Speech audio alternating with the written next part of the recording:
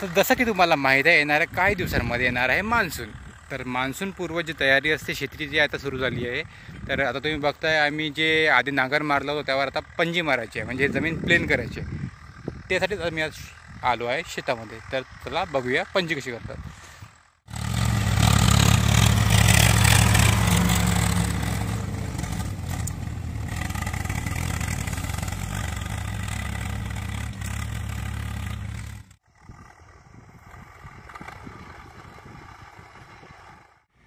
आता जवळपासमध्ये पंजी मारून झाली आहे. आता या पंजीचा टोटल खर्च जवळपास आम्हाला आला आहे एका एकराच्या मागे 1000 रुपये.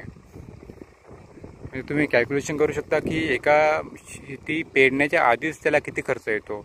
आणि त्यानुसार कापसाला भाव मिळत नाही. मागच्या वर्षी आम्हाला कापसाला भाव काय भेटला? 6500 पर क्विंटल.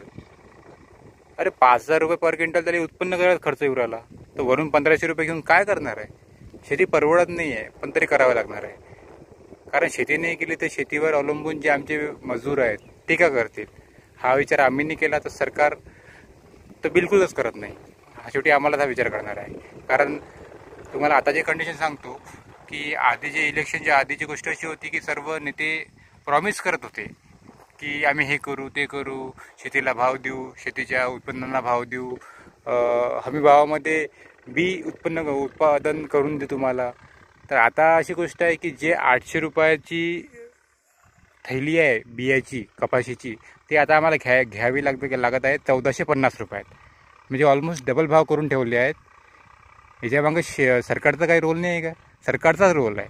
सरकार हे ब्लॅकमेलिंग थांबवू शकते, पण त्या सरकारला काही घेणदेण नाही आहे.